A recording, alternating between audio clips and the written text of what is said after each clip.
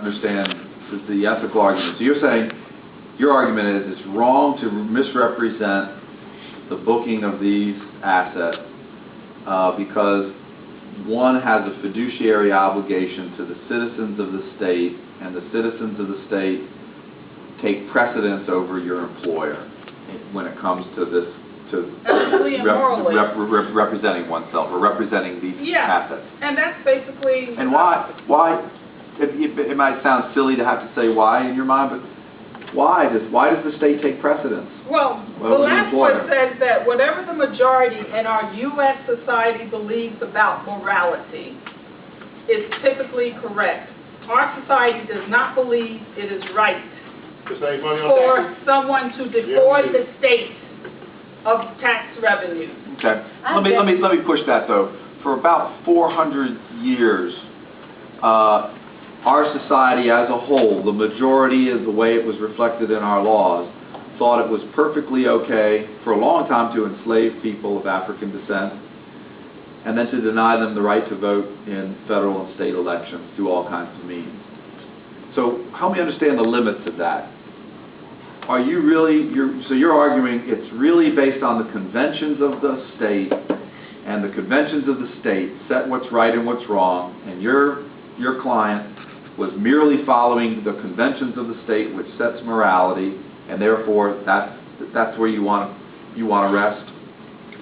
I want to rest with within a loyal agency. Once an employer asks an employee to commit anything that is not legal or is not within set standards within our society, then loyal agency is affected. Can you help me understand that, going along with that principle that you just said, where you now have the belief system is different, okay? Your client's belief system no longer lines up with the company's belief system. When does he or she have to leave? My client was brought to BMI in a situation where he could not just leave because he would have been harmed financially.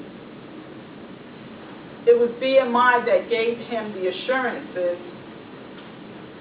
before he accepted the job that he would have job permanency and retirement rights with BMI. Okay. So what we're saying is you have ethics go up to a point, which is with the belief system, but then financial impact trumps the belief system or trumps the ethics. So he would stay in a job, even though he's ethically compromised, he would still stay in that job because of the financial impact. Even though he was ethically compromised, he tried to work with his employer to make things right. When he was sent to a remote location in order not to witness tax returns being filed incorrectly, he came back, he sought a copy of the tax return, and from an ethical standpoint, he tried to work with his employer. He tried to be loyal to his employer.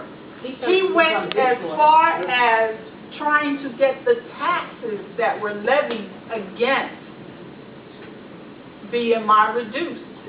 He did everything in his power to do what he wanted to do. Okay, being a loyal agent. Okay, we No, he isn't. Okay, because all right. he's invading on our negative rights at this point. It's like if Dr. Good just start teaching budget tomorrow. Got I feel like it. Got it. Okay, Council, step down. Council, step back up.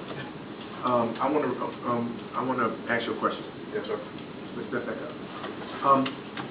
You hired McGarity. You went after McGarity. You hired McGarity. Yes. Once McGarity said that what you want me to do is immoral, I want to quit. Question: what action would you have taken against McGarry? If he quit, Yep. nothing. You would, besides the fact that he would have breached his contract, you would have taken no action. Let him go. You would have let him go. Yes. You want this court to believe that? Yes. Okay, you can step down. Let's move on to Maureen Blake. The experts say that, you know, people should be held morally responsible if they could have, if they knew that action was wrong, and if they knew it could have prevented the action from taking